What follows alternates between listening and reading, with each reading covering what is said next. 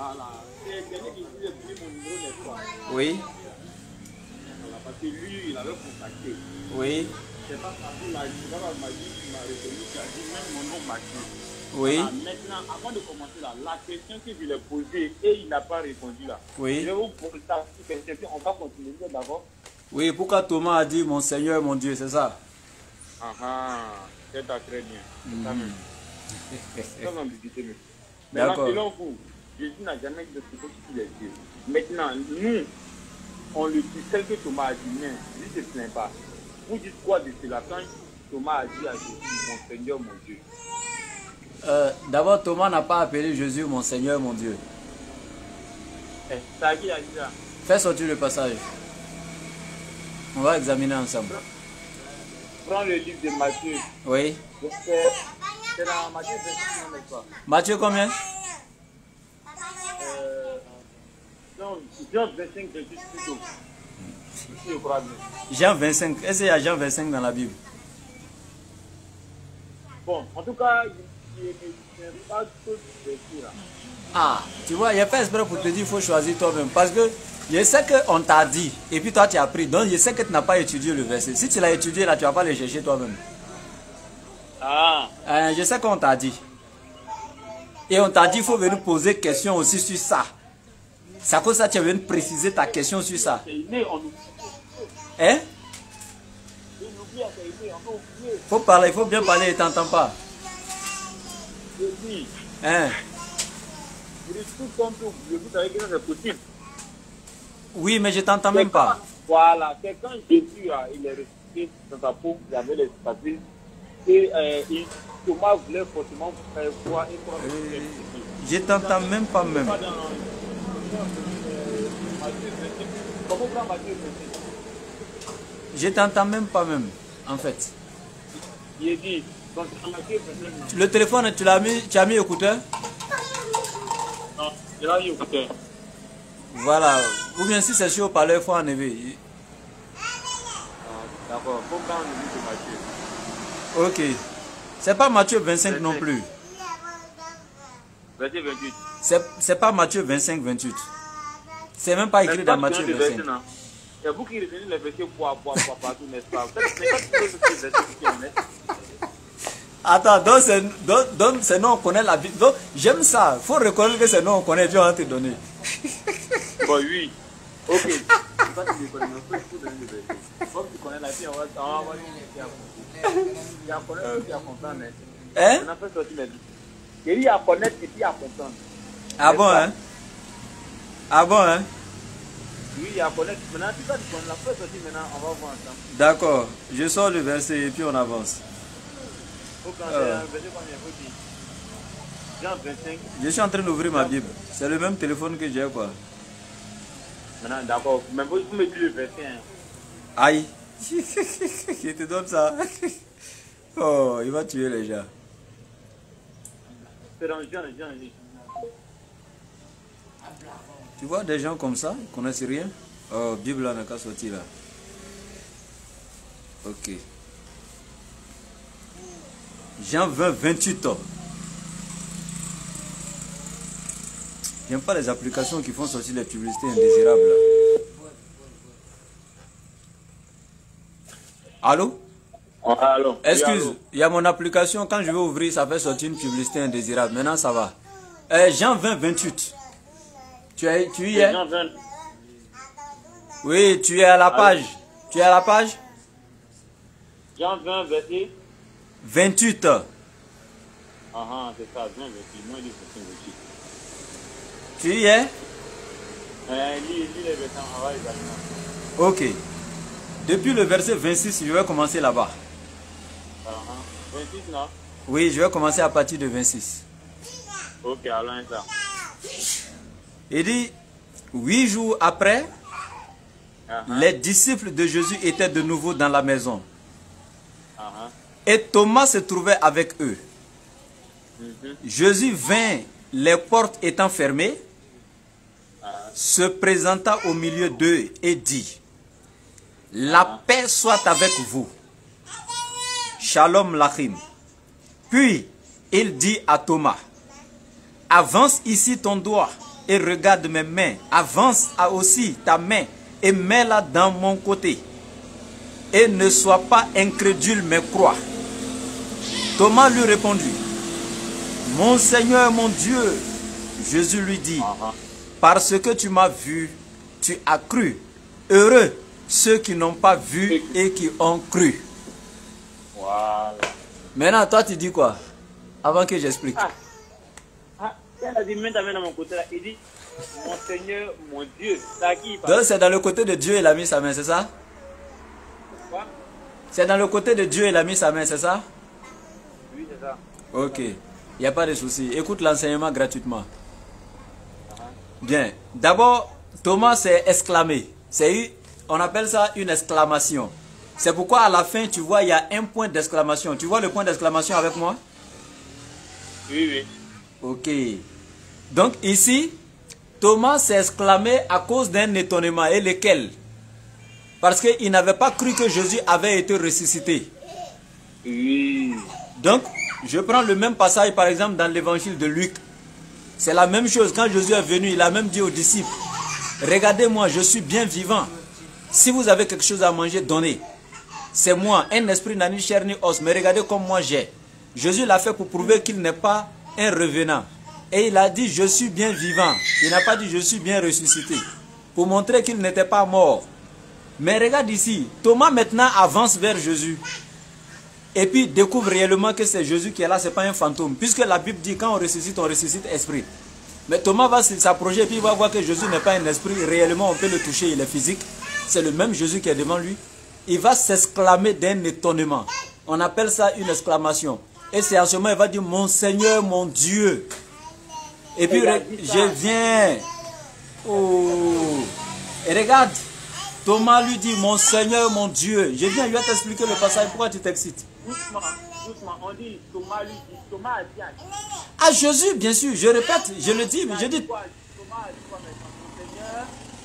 Il n'a pas dit Matthieu ton nom. Faut te calmer, je vais parler, ouais. Ah. Je suis en train d'expliquer, tu m'interromps. Donc, je répète encore, Thomas lui dit, mon Seigneur, mon Dieu, s'adressant à Jésus. Mais Thomas n'est pas en train de dire que c'est Jésus qui est le Dieu. Non, je t'explique. C'est trop simple dans la Bible même. Il dit ici, Thomas a exprimé un étonnement, je vais t'expliquer. Si de suite là, je donne un exemple clair et tu seras d'accord avec les exemples terrestres parce que Jésus dit, celui qui ne comprend pas les choses terrestres ne peut non plus pas comprendre les choses célestes.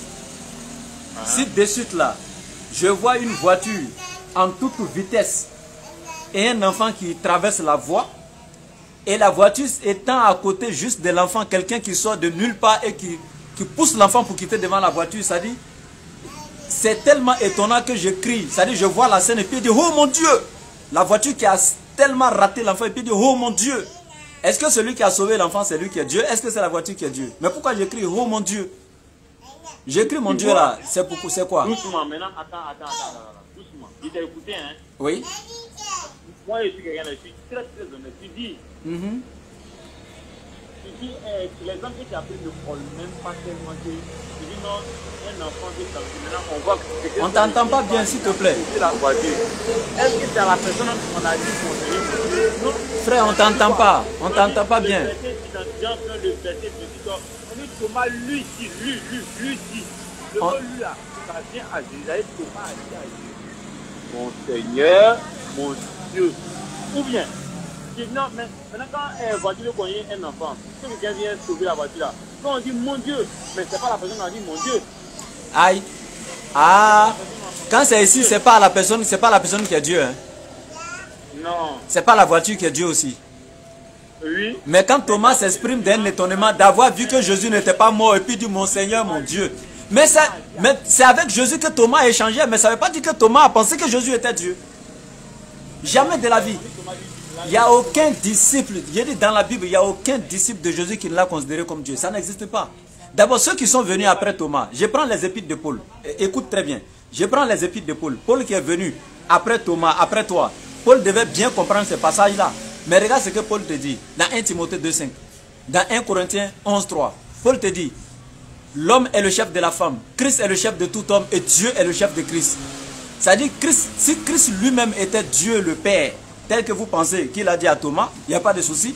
Mais pourquoi on nous dit Dieu est le chef de Christ dans 1 Corinthiens 11:3? Tu peux m'expliquer? C'est quel Dieu encore qui est le chef de Christ alors que Christ est déjà Dieu? Attends, doucement. Réponds à ma question. La guerre au verset là, vous connaissez trop dans la guerre au verset. C'est pas une guerre au verset. Est-ce que ça n'existe pas dans la Bible? Ce que je dis, c'est dans la Bible, oui ou non? J'ai dit, ce qui est dans la Bible, c'est ce qui est dans la Bible. Mon frère, personne n'est allé vers l'école.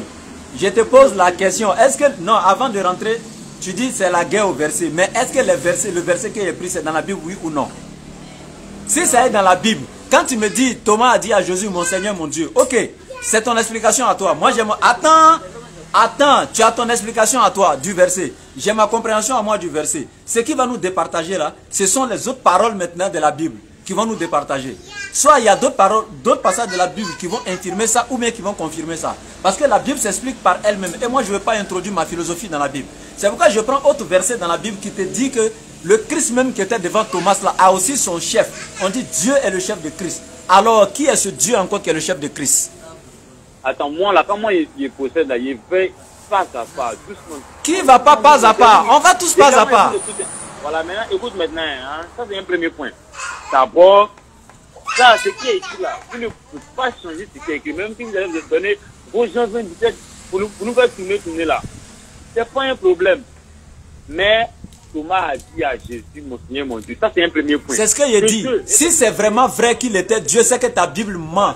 C'est que la Bible est pleine d'erreurs. Ce que tu dis là, si on va dans ce sens, la Bible est pleine d'erreurs. Parce qu'il y a des centaines de versets bibliques qui disent que Jésus est serviteur de Dieu, Dieu est le chef de Christ, Jésus est envoyé de Dieu. Alors, si Jean 20:28 là dit que Jésus est Dieu, les autres passages qui disent que Jésus est serviteur de Dieu contredisent alors Jean 20:28. Donc, du coup, ton livre n'est plus crédible.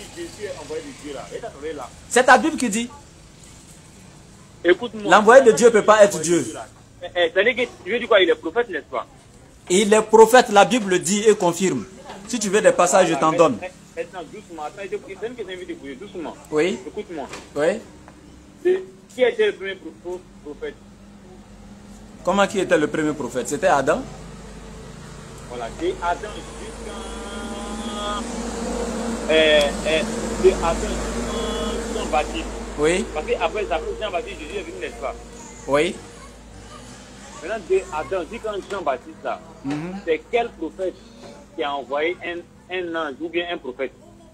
C'est quel prophète qui a envoyé un ange ou un prophète? Qui envoie les prophètes d'abord? Réponds-moi d'abord. C'est Dieu qui envoie les prophètes. C'est Dieu qui envoie les prophètes, oui. Oui, c'est Dieu. Maintenant, est-ce que Jésus n'a-t-il pas envoyé un prophète? Il a envoyé qui? Donne-moi le nom d'un prophète de Jésus. Attends, doucement. Je te pose la question. Tu me dis oui ou bien non? J'ai dit, donne-moi le nom du prophète de Jésus, mon frère. C'est simple comme de l'eau à boire. Réponds à ma question. Il a envoyé un prophète, oui ou non? Donne-moi le nom du prophète que Jésus a envoyé. On va quitter ici. Jésus a dit, je vous enverrai des prophètes. Et il a envoyé qui?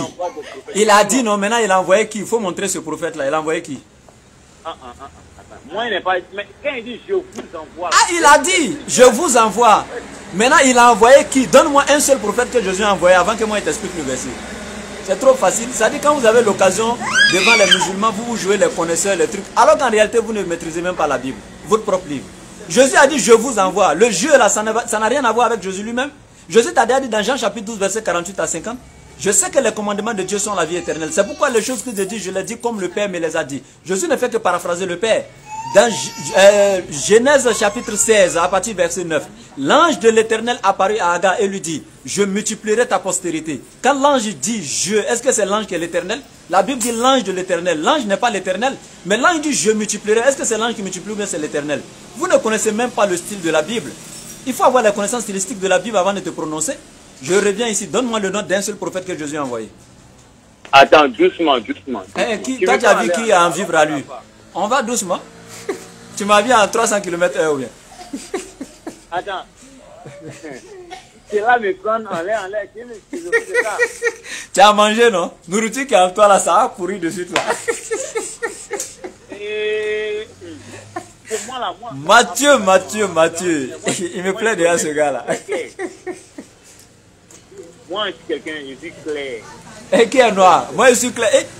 Demande aux internautes, je suis devant la caméra, les yeux un peu clairs. Maintenant, hein. Maintenant. Je t'écoute, Mathieu. Tu es perdu même, il ne sait même plus ce qu'il va dire. Il faut réfléchir vite, je t'attends. Le verset qui a donné tout de suite là, c'est Genèse 16, c'est combien? Il faut regarder Genèse 16, à partir du verset 9 si je ne m'abuse. Allons, on va voir. Où l'ange a dit, je multipliais ta postérité, quoi. Oui. On dit l'ange, je vais lire le verset, je vais lire.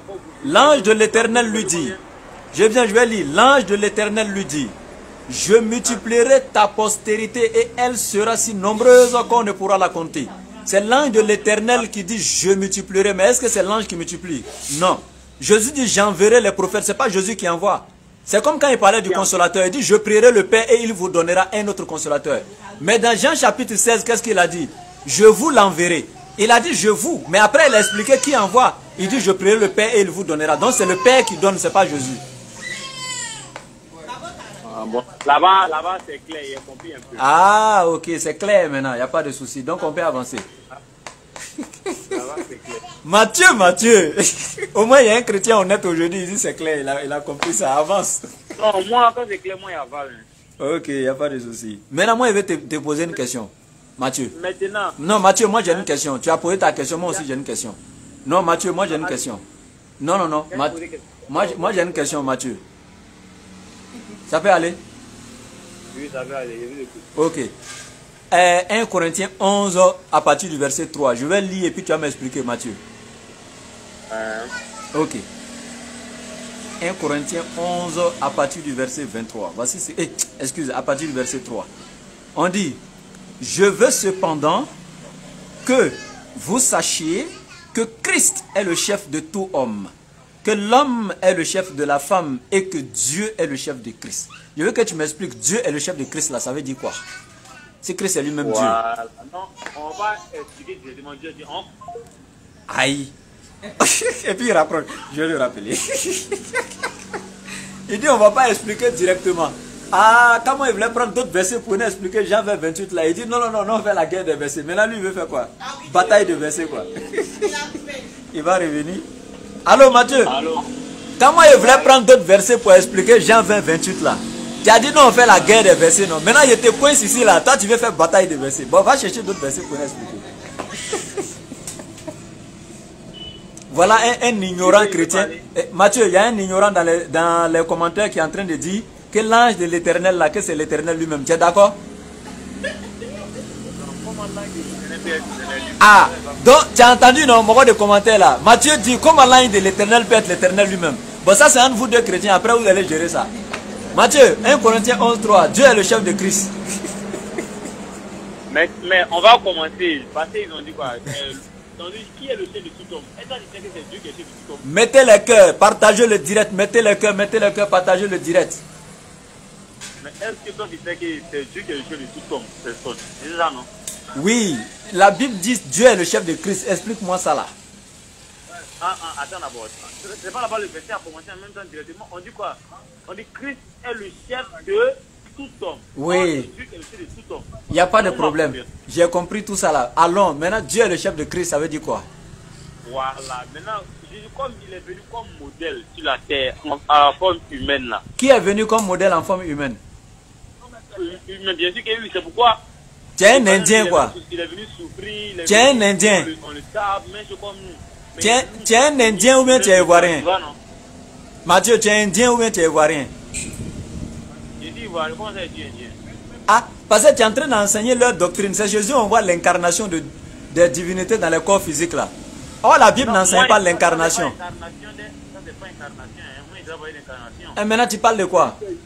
C'est Dieu lui-même qui s'est dépouillé, qui est venu. Lui-même. C'est Dieu lui-même qui est venu sur la terre. Oui. Non, Mathieu, tu n'es pas sérieux. Faut me dire que tu n'es pas sérieux. Non, Mathieu, dis-moi que tu n'es pas sérieux. Dis-moi que tu n'es pas sérieux. Oh, attends, doucement. Quand on dit... Hein?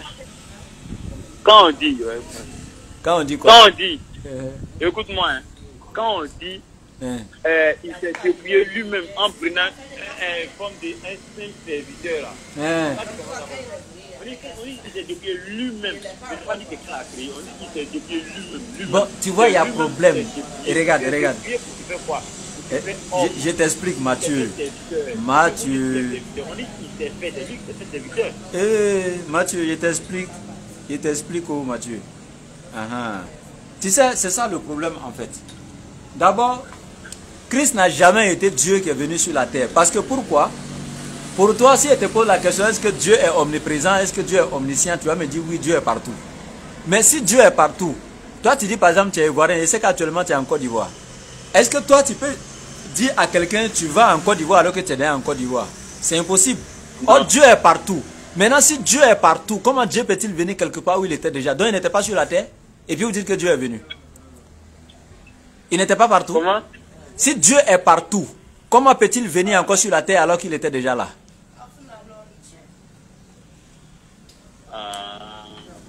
Parce qu'on dit Dieu est partout. Maintenant vous dites qu'il est venu sur la terre. Donc il n'était pas là. Parce qu'on ne va que là où on n'était pas. Oh, Dieu était déjà là. Maintenant comment il peut venir alors qu'il était déjà partout? Je lis Jean chapitre 8 à partir du verset 42. Voici ce qui est écrit. Jésus leur dit: si Dieu était votre Père, vous m'aimeriez, car c'est de Dieu que je suis sorti et que je viens. Je ne suis pas venu de moi-même. En d'autres termes, je ne suis pas venu de ma propre initiative, mais c'est Dieu qui m'a envoyé. Jean chapitre 8, verset 42. Jésus dit: je ne suis pas venu de ma propre initiative, mais c'est Dieu qui m'a envoyé. Maintenant, toi, tu dis qu'il s'est dépouillé lui-même, ça veut dire que c'est lui-même qui est venu. Maintenant, voilà Jésus qui dit clairement que lui n'est pas venu de sa propre initiative, mais c'est Dieu qui l'a envoyé. Qu'est-ce que tu peux dire? Oui, là, c'est clair, c'est clair. Tu vois que c'est clair, non? Donc, quand on dit il s'est dépouillé là, ça a une explication en fait. C'est les gens qui ne comprennent pas, Mathieu. Je vois que tu es quelqu'un d'honnête, hein. Sincèrement, tu es quelqu'un d'honnête. Mais quand tu n'écoutes pas ton interlocuteur, tu ne pourras jamais le comprendre. Oh, il y en a quand nous on veut discuter, ils ne veulent pas nous comprendre. Mais s'ils nous comprennent là, ils vont comprendre que nous là, on n'est pas aussi bêtes. Moi par exemple, on ne me paye pas en islam. Hein. Il n'y a pas une banque où chaque fin de mois je vais prendre salaire. Je t'assure, Mathieu. Mon salut là est important pour moi que tout le matériel de ce monde. Je t'assure que si je n'avais pas étudié, si je n'avais pas su que vraiment avec toutes les facultés que j'ai, mentales et autres, qu'il y avait une vérité quelque part, je ne serais pas musulman. Parce qu'on ne me paye pas. Je peux dire même c'est facile à l'église même de payer que dans l'islam. Parce que là-bas quand tu es pasteur, tout est assuré. Maintenant je vais te dire quelque chose ici. Jésus dit: pourquoi ne comprenez-vous pas mon langage? Au verset 43 de même Jean 8 là. Parce que les gens même à son temps quand il parlait, les gens ne le comprenaient jamais. Jésus même se plaint: je ne suis pas venu de ma propre initiative. C'est Dieu qui m'a envoyé. Pourquoi ne comprenez-vous pas mon langage? Ça fait 1. Maintenant, regarde, le même Jésus va parler. Dans Jean chapitre 14, à partir du verset 1. Jésus dit à ses disciples: que votre cœur ne se trouble pas. Croyez en Dieu et croyez en moi. Nous sommes allés à l'école. Le et ici et le avec là, ce sont des conjonctions de coordination. Le et ici est une conjonction de coordination. Et ici, ça lie, en tant que conjonction de coordination, donc ça lie deux entités qui sont différentes. Donc Jésus dit: croyez en Dieu et croyez en moi. Ça fait 2 personnes. Je vais dans Jean chapitre 17 verset 3. Jésus dit quoi? Oh, la vie éternelle est conditionnée par quoi? Le fait qu'il te connaisse toi. Jésus n'a pas dit moi. Il dit toi. Ça dit qu'il s'adresse ici à quelqu'un d'autre qui n'est pas lui. C'est pourquoi il utilise toi. Le seul véritable Dieu. Ensuite maintenant il va dire: et moi, Jésus-Christ que tu as envoyé. Tu vois, il présente 2 entités. Au début il a dit toi. Et à la fin, il a dit moi. Donc, il s'adressait à quelqu'un. C'est qu'il te connaisse, toi, le seul vrai Dieu, et moi, Jésus-Christ que tu as envoyé. Il y a 2 entités. Jésus n'est pas Dieu le Père, il n'est pas Dieu le Créateur. Ok, il a compris, il a compris. Voilà. Ce que tu dis, c'est vrai, c'est écrit dans la Bible. Hein? Maintenant, il y a une question qu'on va vous poser. Ok. Maintenant, pourquoi dans le Coran, c'est écrit Dieu? Oh, les tiers qui sont dans le Coran là. C'est ça, hein? Ouais, allez comme ça là, ok mon petit. D'accord, ok, il n'y a pas de souci. Oh. Mais attends, doucement, mais attends, avant que ne prenez pas la Bible pour m'expliquer les dieux qui sont dedans là. Parce que, comme ça, c'est pourquoi moi là, moi ici on est pas, je ne fais pas la guerre au verset pour dire non. Dans Ézéchiel 13, Non, toi-même tu sais que... Regarde, je ne vais pas toucher ça. Regarde, je ne vais pas toucher ça. Mais tu sais que tuerie de la Bible, ça veut dire que toi-même tu connais. Tu sais qu'il y a plus grave même que pour le Coran. Donc si c'est affaire de tuer... Il dit, il n'est pas touché pour la Bible. Hein. Ouais. Mais c'est pour te dire quoi, si c'est affaire de... Il va t'expliquer pour le Coran dessus. Mais je vais te dire quoi, si c'est affaire de tuer qui fait que tu hésites d'accepter le Coran là.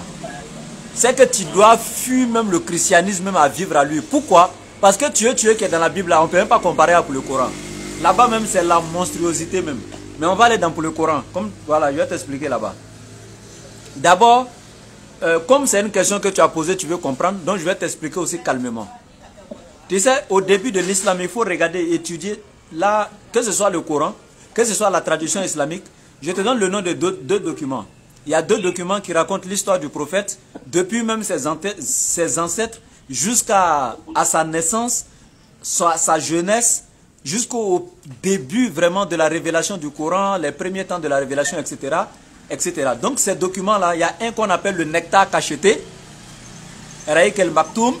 Il y a un autre encore qu'on appelle Mohamed Ridha. L'auteur c'est Mohamed Ridha et il raconte l'histoire du prophète. Ces deux documents-là, tu peux trouver ce que je vais te dire de suite là-bas. Bien, il y a un autre document encore qu'on appelle l'histoire des prophètes selon... Attends, doucement. Est-ce que après vous pouvez m'envoyer ces noms-là? Il n'y a pas de souci, je pourrais t'écrire les noms pour t'envoyer même. Mais c'était une manière de te dire après que... l'échange, hein? Voilà, je t'envoie les noms. Voilà. C'était pour que tu saches que je suis... Voilà, c'était pour que tu saches que je suis crédible. Mais après l'échange, je t'envoie les références. Donc, déjà, les musulmans, dès les premiers temps de l'islam, ont été combattus par les mécréants de la Mecque. Les mécréants n'avaient jamais accepté les débuts de l'islam. Ils n'ont jamais accepté le prophète alayhi salatu wassalam. Et donc, ils tuaient les musulmans. Et quand une personne se convertissait à l'islam, les gens pouvaient aller l'attraper et puis brûler même ses parents vifs, comme les Amars, etc. Et donc, c'est-à-dire, les musulmans ont vécu plus de 70 embuscades. Tu peux regarder l'exégèse du verset 39 de la sourate 22. Plus de 70 embuscades. Le verset 39 de la sourate 22, sourate du pèlerinage. Le verset 39. Sourate 39, verset 22. Non, sourate 22, verset 39. Oui. Dans ce verset 39 là, Allah il dit: autorisation a été donnée à ceux qui ont été combattus de se défendre parce qu'ils ont été lésés. Et Allah est certes capable de les secourir.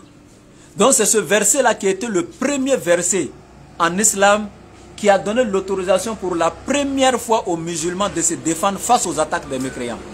Mais avant la révélation de ce verset, les musulmans avaient été attaqués plus de 70 embuscades dans la Mecque où on les tuait, etc. Même en dehors de la Mecque, le prophète n'avait jamais pris l'épée pour dire qu'il va aller combattre les mécréants. Souvent les musulmans venaient le voir pour dire: mais on ne fait que nous attaquer, on ne fait que nous tuer. Tu nous dis qu'on est sur la vérité, pourquoi tu ne nous donnes pas l'autorisation de se défendre? Le prophète leur répond: l'autorisation ne m'a été donnée par Allah. Et la première fois qu'Allah va leur donner l'autorisation, c'était comme j'ai dit dans la sourate 22, verset 39. Maintenant, quand Allah a donné l'autorisation aux musulmans de se défendre là, malgré qu'Allah a donné l'autorisation, il va donner des conditions. Comment est-ce qu'ils doivent se défendre là? Allah va donner tout ça.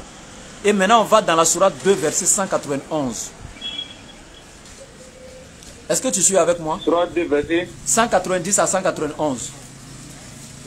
C'est là que Allah va dire maintenant: combattez dans le sentier d'Allah que ceux qui vous ont combattus et ne transgressez pas, car Allah n'aime pas les transgresseurs. Donc Allah va dire maintenant aux musulmans: je vous donne l'autorisation de vous défendre. Ça fait un. Maintenant il va expliquer qui sont ceux que vous devez combattre. Il dit: combattez dans le sentier d'Allah que ceux qui vous ont combattu parmi les mécréants. Ce qui veut dire ceux qui ne vous ont pas combattu, vous n'avez pas droit à les toucher. Donc si tu as ton voisin mécréant, ton voisin idolâtre qui est là, qui t'a jamais combattu, il faut vivre en paix avec lui. Il ne faut jamais le déranger dans sa quiétude. Donc il dit: combattez que ceux qui vous ont combattu. Et puis il ne s'est pas arrêté là. Il dit: ne transgressez pas. Et là le prophète nous explique: ne transgressez pas. Il dit quoi? Vous n'avez pas le droit, après avoir combattu les mécréants, de tuer leurs femmes, de tuer les vieillards, de tuer les enfants, de tuer les animaux, de tarir leurs os, etc. De détruire leurs champs. Maintenant regarde, quand quelqu'un t'a attaqué, tel que dans la sourate 22, verset 39, Allah dit, défendez-vous parce que vous avez été attaqué. Donc quand quelqu'un t'a attaqué et puis tu dois te défendre là, on appelle ça même en droit, on appelle ça la légitime défense. Maintenant la légitime défense là, pour ceux qui ont fait le droit là, et les juristes là, ils savent que la légitime défense doit être proportionnelle à l'attaque de l'adversaire. Mais malgré ça, Allah il précise maintenant dans la sourate 2, verset 190 à 191, il dit ne transgressez pas. Cela voudrait dire quoi? Tel qu'ils vous ont attaqué là, votre réponse doit être proportionnelle à l'attaque pour que ça soit vraiment une légitime défense. Donc ne transgressez pas, ne dépassez pas les bornes, les limites. Allah est précise. Donc maintenant là, après les deux versets là, tous les autres versets que tu vas voir dans le Coran, où Allah dit maintenant tuez-les, tu dois savoir maintenant qui on doit tuer, ceux qui nous ont combattus, et comment on doit nous défendre. On doit se défendre en légitime défense sans dépasser les limites pour rester dans la légitime défense. Je donne une autre preuve encore. La sourate 9 à partir du verset 4. Voici ce que Allah dit. Sourate 9 à partir du verset 4. Verset 4. Oui, voici ce que Allah va dire. Il dit à l'exception des associateurs avec lesquels vous avez conclu un pacte, puis ils ne vous ont pas manqué. Ils ne vous ont manqué en rien et n'ont soutenu personne à lutter contre vous. S'il te plaît, laisse-moi terminer ça. Donc Allah dit à l'exception des associateurs avec lesquels vous avez conclu un pacte. Est-ce que tu me suis, Mathieu? Tu me suis? Donc dans le verset, Allah dit à l'exception des associateurs avec lesquels vous avez conclu un pacte, puis ils ne vous ont manqué en rien et n'ont soutenu personne à lutter contre vous. Respectez pleinement le pacte conclu avec eux jusqu'au terme fixé. Donc voici un verset qui est clair. Allah dit, s'il y a des associateurs, des mécréants avec qui vous avez signé un pacte de vivre ensemble à la Mecque, un pacte de vivre en paix, et qu'ils n'ont pas violé le pacte, ils ont respecté, vous aussi vous devez respecter le pacte, vous n'avez pas le droit de les attaquer, vous les musulmans. Sauf si c'est des gens qui ont trahi le pacte, c'est-à-dire vous avez décidé de vivre ensemble, chacun pour sa religion, et puis eux malgré ça ils ont violé le pacte en venant vous tuer, vous avez le droit de les tuer en retour, parce que là c'est la légitime défense. Maintenant, je donne un dernier verset maintenant, Matthieu. Ça, c'est la sourate 8, à partir du verset 61. 68. 61, sourate 8, verset 61. Ah. Allah dit, et si les mécréants s'inclinent vers la paix, alors, toi aussi, le prophète, incline-toi vers la paix et place ta confiance en Allah. Tu vois ce qu'Allah dit? Si les mécréants s'inclinent vers la paix, c'est-à-dire s'ils ne vous attaquent pas, alors vous les musulmans, inclinez-vous vers la paix aussi, ne les attaquez pas. Donc l'islam n'a jamais dit aux musulmans d'attaquer les mécréants en premier, jamais de la vie. Ce qu'ils ne t'ont pas dit dans l'histoire, les chrétiens de Nadjiran, ils sont venus rendre visite au prophète, chez lui. Mais vu qu'à son temps, il n'y avait pas les hôtels où les gens devaient descendre pour, voilà, truc, les gens sont descendus chez lui puisque c'était ses hôtes, c'était ses étrangers. Les chrétiens sont venus le voir. On a appris que tu es un prophète. On est venu voir si réellement c'est vrai. Mais il a hébergé ces gens-là chez lui. Où? Dans la cour de la mosquée. Le prophète a hébergé, le prophète de l'islam, Mohammed, que la paix d'Allah soit sur lui. Il a hébergé les chrétiens de Nadjiran dans la cour de sa mosquée. Et je t'assure, ça dit qu'il ne s'est pas arrêté là. Quand le jour d'adoration des chrétiens est arrivé le dimanche, ils lui ont dit, mais nous on doit adorer notre Dieu. C'est notre jour d'adoration. Et il dit, mais à vous, votre religion, à moi, la mienne, adorez. Qui vous empêche? Il a autorisé les chrétiens à prier dans la mosquée, à faire leur prière dans la mosquée. Ça, c'est le prophète de l'islam. Ils ne vont jamais vous enseigner ça. Ils vont toujours prendre les versets qui disent tuer les gens pour vous faire dire que l'islam est une religion de monstruosité. Donc voici le pourquoi on tue dans le Coran là. Sinon le Coran n'a jamais dit à un musulman d'aller attaquer un mécréant en premier. Mais comme je t'ai dit... Donc il a ordonné à ce que tu tues dans la mosquée. Il a ordonné, je vais te donner le nom des documents. Peut-être même j'ai capturé la partie même dans le livre pour t'envoyer. Ça sent quelque chose qui n'est pas bon. Voilà, je vais t'expliquer pourquoi. Il n'est pas d'accord avec leur prière, il n'est pas d'accord avec leur foi, mais il sait qu'on ne doit pas forcer quelqu'un à suivre la foi de l'autre. Tel que la sourate 2, verset 256 nous dit, nulle contrainte en religion, car la vérité c'est de distinguer du mensonge. Le prophète n'a jamais forcé quelqu'un à devenir musulman. Donc les chrétiens là, c'est leur foi qui est en Christ. Lui, sa foi c'est en Allah. Même s'il pense que pour lui est vrai, lui n'a pas le droit de les forcer. Allah dit dans la sourate 16, verset 125, par la sagesse et la bonne exhortation, appelle les gens au sentier de ton Seigneur et discute avec eux de la meilleure façon. Donc Allah lui a dit, c'est par la sagesse et la bonne exhortation qu'il doit appeler les gens et discuter avec eux de la meilleure façon. Donc le prophète, il n'est qu'obéissant à Allah. Lui, il est qui pour forcer un chrétien à devenir musulman?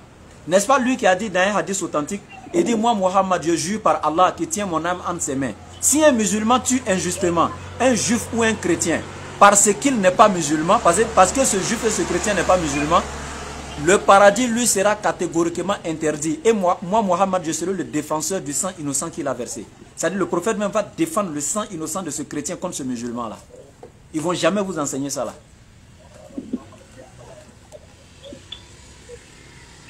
Ok, il a compris. Ok. Mais, accordez-moi un peu de temps, on ne sait jamais. D'accord. Voilà, mais, est-ce que vous savez aussi que c'est honnête et normal de chercher à comprendre quelque chose, moi j'en ai déjà, non? C'est honnête même, je suis fier de cette démarche-là même. C'est clair. Ok. Il n'y a rien à dire. C'est bon, salam alaikum. Wa alaikum salam. Merci beaucoup. Tiens, le salam même est propre, hein? D'accord. Oh. Ça dit, c'est pas facile. Ouais, lui au moins il est sincère. Il voulait comprendre, il a écouté. Au début, il était chaud. Mais comme on dit au début du film, les bandits sont chauds. C'est la fin du film qui fait pitié. Et là, le gars, il s'est refroidi. Il me dit, ton frère Diané là, c'est lui qui t'a donné mon numéro, non? J'ai dit oui. J'ai posé une question, il n'a pas pu répondre. Et il dit, il faut te calmer. Moi, il répond. Maintenant, lui-même, il m'écoute. Maintenant, c'est devenu un professeur, son élève. Non, d'accord, il n'y a pas de souci. Inch'Allah. Il a cherché un autre encore. Partagez, hein. Voilà. Il y a beaucoup de personnes qui suivent le direct aujourd'hui, je suis fier. Il y a du monde là. Diané est actuellement entre les 4 murs de la Mecque. Il est en train de prier pour nous, lui et puis Ismaël Aka. Et la relève est assurée, Inch'Allah.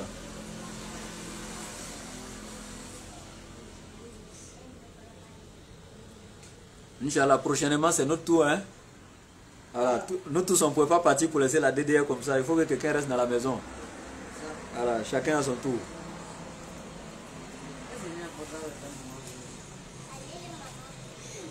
Alhamdulillah. Il y a qui d'autre encore que je peux chicoter à midi chaud là? Il y a qui d'autre encore? Qui va vouloir se livrer à moi? S'il y a un dans les commentaires qui peut appeler là, il faut appeler. Il cherche quelqu'un pour chicoter à l'air là. Plus 225 07 09 01 93 47. Il n'y a pas quelqu'un qui veut se faire massacrer spirituellement? C'est dans le commentaire, vous savez faire bouche. Il y a le gars, il sort dans le commentaire et puis il dit, l'ange de l'éternel, c'est l'éternel lui-même. Matthieu dit, comment ça peut se faire? Il dit, ah tu vois, ça c'est un vous-même chrétien. Donc ça, là, moi, il sort. Oh, c'est pas possible. Comment on dit l'ange de l'éternel? Malgré ça, tu dis c'est l'éternel lui-même. Oh, on t'a dit l'ange de l'éternel. Il faut être chrétien, quoi. Mais c'est pas possible. Commentaire, vous savez faire bouche. Donc, s'il vous plaît, ceux qui veulent l'appeler, là, les gars de commentaires, là, plus 225 07 09 01 93 47. La ligne est ouverte. S'ils n'appellent pas là, c'est que c'est des peureux, ne répondez plus à leurs commentaires. Les gars des commentaires là, les savants des commentaires là, je suis là. Et dans les commentaires, vous avez fait débat.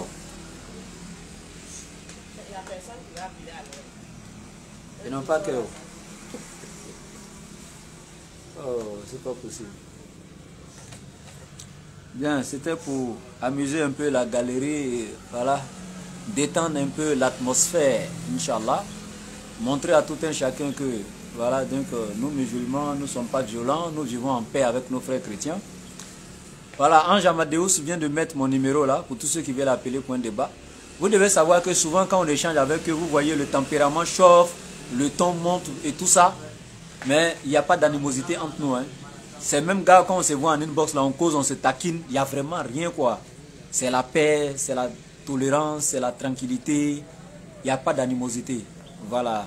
Il y en a quand on est dans le débat, c'est chaud. Voilà, on se lance les versets et autres là. C'est tellement chaud qu'il y en a qui pensent que non, c'est la guerre ou bien c'est pas là. Non. Nous sommes bien éduqués parce que notre religion est un système théocentrisme. C'est un système que Dieu seul contrôle. C'est pourquoi tout, ça dit que l'islam est combattu partout dans le monde aujourd'hui. Ça ne nous étonne pas. Allah dit yuriduna liyutfi'u nurallahi bi afwahihim wallahu mutimmu nurihi walau karihal kafirun. Ils veulent éteindre la lumière de la religion d'Allah avec leur bouche, que ce soit dans les médias, sur les réseaux sociaux, partout l'islam est dénigré aujourd'hui. Allah dit qu'il fera vivifier sa lumière en dépit de l'aversion même des associateurs. Et ça c'est clair, Allah il le fera. Et ça a déjà commencé. Ne serait-ce qu'à travers la DDM même. Et tous les autres frères qui font la dawa. Sincèrement, l'islam aujourd'hui est en train de prendre une autre ampleur. Et c'est ça. C'est nous qui avions la forme parfaite, définitive et universelle de cette religion. Donc ce n'est pas un système que les êtres humains contrôlent. C'est pourquoi même les pays qui ont le droit de veto là ont peur de l'islam. Parce que toi, les puissances qui dirigent le monde aujourd'hui là, ça c'est un système que l'être humain a créé, c'est les hommes qui dirigent ça. Or l'islam c'est un système que Dieu seul contrôle et qui dirige. C'est pourquoi je dis c'est un système théocentrisme. C'est Allah seul qui dirige et qui est au centre. Ce n'est pas l'être humain. Donc s'ils acceptent l'islam, c'est-à-dire aucun être humain ne sera au-dessus de l'autre. Tel qu'Allah nous a dit dans le Coran, la sourate 49 verset 13. Ya ayyuhannas inna khalaqnakum min zakari wa unsa wa ja'alnakum shu'uban wa qaba'ila lita'arafu inna akramakum indallahi atqakum. Et dit, ô homme, nous avons créé d'un seul mâle et d'une seule femelle, c'est-à-dire Adam et Ève, et nous avons fait de vous des tribus et des nations afin que vous vous entreconnaissiez. Mais le meilleur d'entre vous est celui qui craint Allah le plus. Donc voici l'islam. Allah il place tous les êtres humains au même pied d'égalité en basant le critère de noblesse sur la piété. Hein? Donc depuis, avant même, ça dit que l'histoire de tous les êtres humains naissent égaux et libres, etc. Avant même l'établissement des droits de l'homme à Genève, l'islam, ça c'est dans les années 1900 là, alors que l'islam depuis les années 609-610 avait déjà placé tous les êtres humains au même pied d'égalité, avait donné à chaque être humain sa liberté. C'est pourquoi le prophète va vous dire, Allah a créé tous les êtres humains libres et égaux. Pourquoi vous en faites des esclaves? Subhanallah. Ça dit l'islam est un message pur. C'est un message universel. C'est la seule religion qui garantit le salut. Soyez fiers d'être musulmans, mes frères. Il n'y a pas une religion sur la terre qui garantit le salut de l'être humain excepté l'islam. L'islam est un processus d'information, de formation et d'éducation. Ce n'est pas ces choses fabriquées par l'homme là. La seule religion qui n'est pas du isme, qui ne porte pas le nom d'une créature, c'est l'islam. Ça prouve une fois de plus que c'est la religion de l'éternel. Parce que ça porte le nom de Dieu. Quand nous prenons les attributs d'Allah, Allahu Rahman Ar-Rahim Malik Qudus Salam, c'est le 6e nom d'Allah. Et l'islam vient du nom Salam qui veut dire paix. Et c'est la religion de la paix. C'est elle qui incarne la paix. C'est elle qui enseigne la paix. C'est elle qui étend la paix. C'est pourquoi dans la sourate 5, verset 15 à 16, Allah dit quoi? Kad ja'akum minallahi nurun wa kitabun mubin. Certes, vous êtes venus de la part d'Allah un livre et une lumière. Non, une lumière et un livre explicite. Mais regardez le verset 16. Allah dit quoi? Yahdi bihillahu man ittaba'a ridwanahu subla salam. Par le Coran, Allah guide ceux qui cherchent son agrément sur le chemin de la paix. C'est-à-dire le chemin même de l'islam là. Allah appelle ça le chemin de la paix. Et dans la sourate 2, à partir du verset 208, il dit quoi? Ya ayyuhallazina amanu idkhulu fi silmi kafa.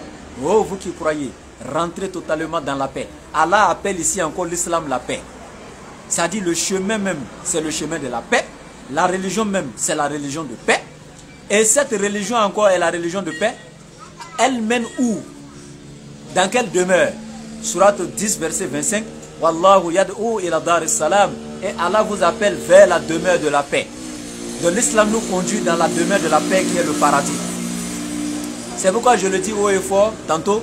S'il y a certains sur cette terre qui disent que leur religion enseigne la paix, nous leur disons que la nôtre même par définition veut dire déjà paix. Soyez fiers d'être musulmans, mes frères. Wallah, il n'y a pas deux vérités. Soyez fiers. Soyez fiers d'être musulmans. Il n'y a pas deux vérités. Donc, comme les gars n'ont pas appelé, les savants de commentaires n'ont pas appelé. Donc, vous avez vu, non? Vous avez entendu. nos grands savants, les docteurs de commentaires, là, c'est dans le commentaire ils savent faire, ils n'ont pas pu appeler. Donc on va se reposer. Comme ils ont, d'après les Ivoiriens, ils ont yoï là, on va les laisser. Ils n'ont pas pu appeler.